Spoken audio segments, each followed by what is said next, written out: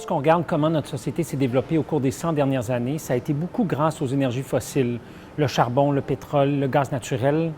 Or, de plus en plus, la société mondiale est en train de se transformer vers des formes de production d'énergie qu'on appelle renouvelables, l'éolien, le solaire, la géothermie. C'est très bénéfique pour nous parce que plus on utilise ces énergies-là, moins on a besoin d'importer des énergies très polluantes comme le pétrole, par exemple, des énergies qui nous coûtent très cher. La moitié du déficit commercial du Québec, c'est nos achats de pétrole.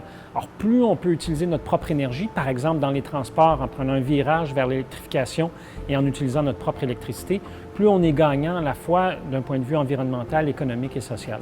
Donc, plus on va s'éloigner des combustibles fossiles pour se tourner vers les énergies renouvelables, plus on va aussi, en tant qu'individu, prendre conscience des impacts que nos gestes à tous les jours ont sur notre environnement et sur le climat de la planète. L'énergie éolienne, ça emploie 5 000 personnes au Québec, des retombées économiques très importantes, de la recherche, du développement technologique. Alors, c'est une forme d'énergie qui mérite d'être mieux connue. Il y en a plein d'autres. Et au Québec, on est très chanceux. On a des entreprises qui font des choses extraordinaires, des municipalités aussi.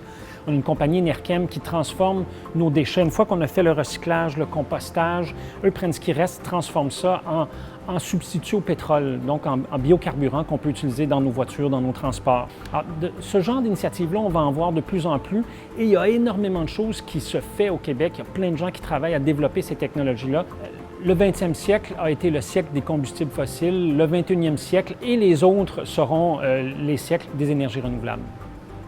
J'invite donc les personnes qui sont intéressées par les questions d'énergie renouvelable à se rendre sur le site parlonsrenouvelable.ca pour nous faire part de leurs opinions sur cette question-là.